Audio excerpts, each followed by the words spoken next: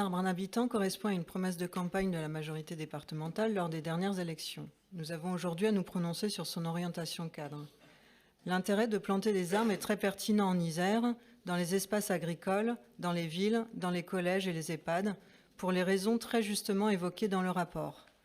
Cependant, cela ne correspond qu'à 61 000 plants sur le million d'arbres promis.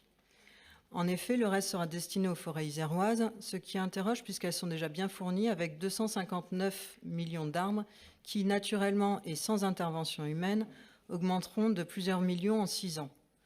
La plantation d'1 million d'arbres en forêt plantée grâce au département paraît alors assez singulière.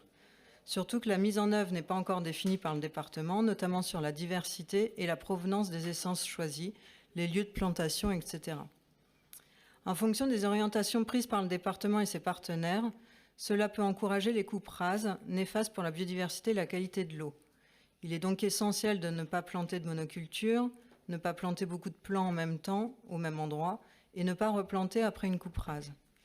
De même, pour ne pas fragiliser les forêts qui se portent bien aujourd'hui, il faut s'abstenir de planter dans des forêts diversifiées existantes ou dans de vieilles forêts.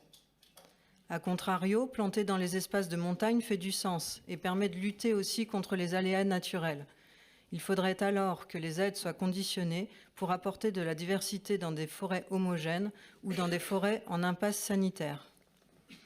Par rapport au volet budgétaire, de nombreux autres dispositifs aident déjà les collectivités à planter des arbres en forêt, y compris des dispositifs du département. Le montant de cette nouvelle subvention pour la plantation en forêt interroge donc.